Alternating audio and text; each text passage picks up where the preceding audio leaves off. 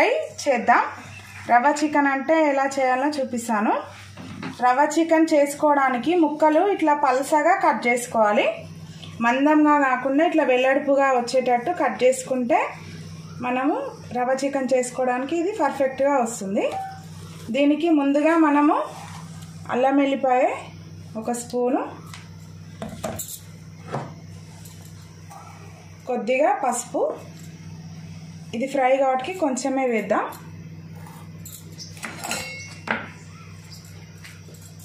ఒక స్పూన్ కారము,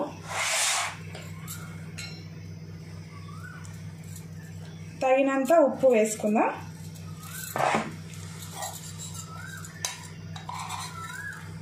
ఒక చిన్న స్పూన్ తోటి మిరియాల పొడి,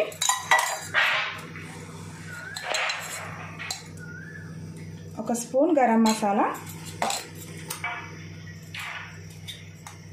గరం మసాలా చిన్న స్పూన్ తోటి వేసుకుందాం. ఒక స్పూన్ ధనియాల పౌడర్ వేసి ఈ చికెన్ని బాగా కలిపి పెట్టుకోవాలి. ఇందులో ఆయిల్ వేయకూడదు. ఇది మంచిగా కలిపి ఒక గంట వరకు, మనకు టైం ఎక్కువ ఉంటే ముందుగానే తీసుకొని బాగా కలిపి పెట్టుకుంటే చికెన్ అనేది మంచిగా జ్యూసీగా వస్తుంది ఫ్రై అయ్యాక. లేదు ఎమ్మటే అయితే మొత్తం ఇట్లా డ్రై లాగా అయిపోతుంది. కాబట్టి దీన్ని మనం మంచిగా ఈ మిశ్రమాన్ని మొత్తం బాగా ముక్కలకంతా కలిసేటట్టు కలిపి ఒక గంట పాటు పక్కకు పెట్టుకుందాం. ఆ తర్వాత ఈ ముక్కలకి రవ్వ అనేది ఎలా పెట్టాలో చూపిస్తాను. చూడండి, ఈ విధంగా కలుపుకొని ఒక గంట సేపు పక్కన పెట్టుకుందాం.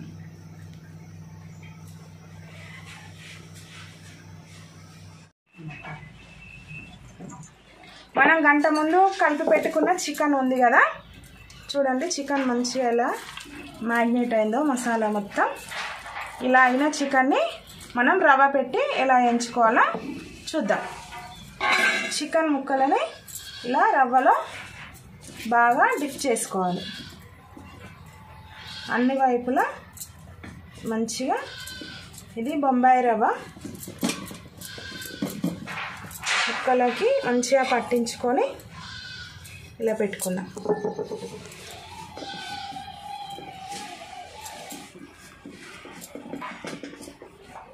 రవ్వ చికెన్కి ఇవి మెత్తడి పీసులు అయితే చాలా బాగుంటాయి. మామూలుగా కొత్తగా తినేవారైతే ఇది ఫిషా లేకపోతే చికెనా అని తెలియదు. ఈ రవ్వ అంతా వేగాక మనకి చేపలలో చేన ఉంటుంది చూడండి, అలా అనిపిస్తుంది. ఈ రవ్వ చికెన్ అనేది మా ఫ్యామిలీ రెసిపీ అండి.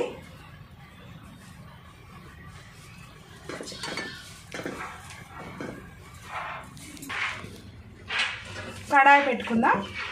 మనం చపాతీ పెంక మీద చేసుకున్నా బాగుంటుంది.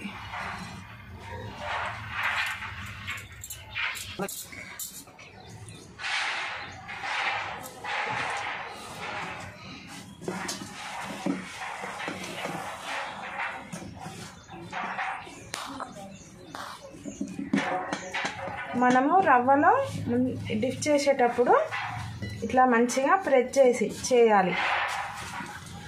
రవ్వలో డిప్ చేసేటప్పుడు మనం ఇట్లా మంచిగా ప్రెస్ చేసుకుంటే రవ్వ అనేది మంచిగా అతుక్కుంటుంది. కాబట్టి మనము ఫ్రై చేసేటప్పుడు రవ్వ అనేది మళ్ళీ విడిపోకుండా ఉంటుంది. ఆయిల్ వేడెక్కాక నూనె పోసాం కదా, ఈ ఆయిల్లో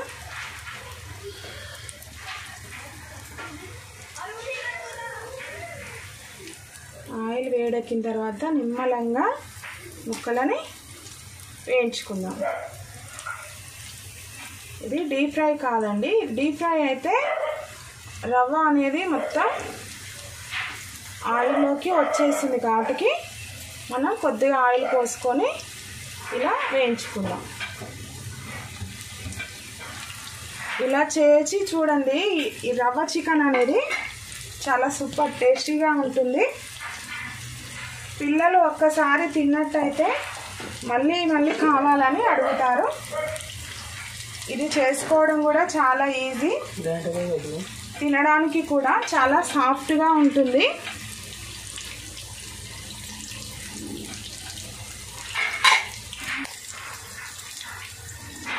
మనం చిన్నగా పెట్టుకొని మంట మూత పెట్టి ఫ్రై చేసుకుందాం, ఎందుకంటే చికెన్ అనేది లోపలి వరకు మంచిగా ఉడకాలి. ఇది ఒకసారి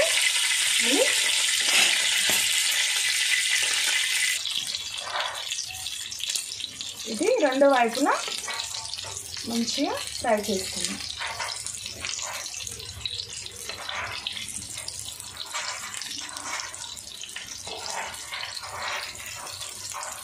చిన్న మంట మీద కాల్చుకోవాలి. నేనైతే బొగ్గుల పొయ్యి కాటుకి బొగ్గులు కొన్ని వేసుకున్నాను. మనం స్టవ్ మీద అయితే మంట మంచిగా చిన్నగా పెట్టుకొని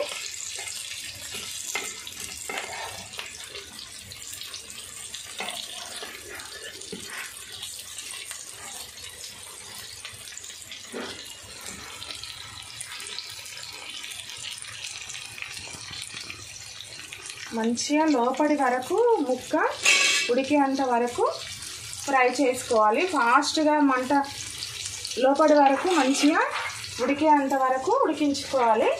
మంట ఎక్కువగా పెట్టి పెద్దగా అయితే బాగా మాడిపోతుంది, లోపలి వరకు చికెన్ అనేది పూర్తిగా కుక్ అవ్వదు.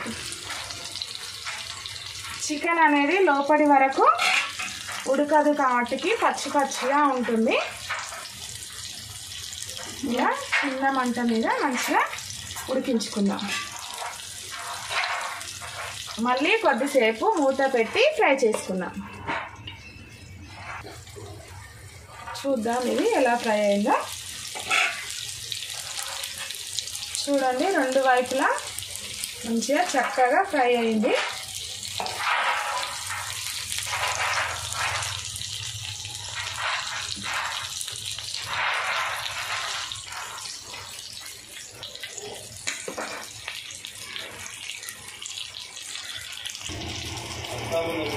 ముక్కలు చాలా మంచిగా ఫ్రై అయినాయి.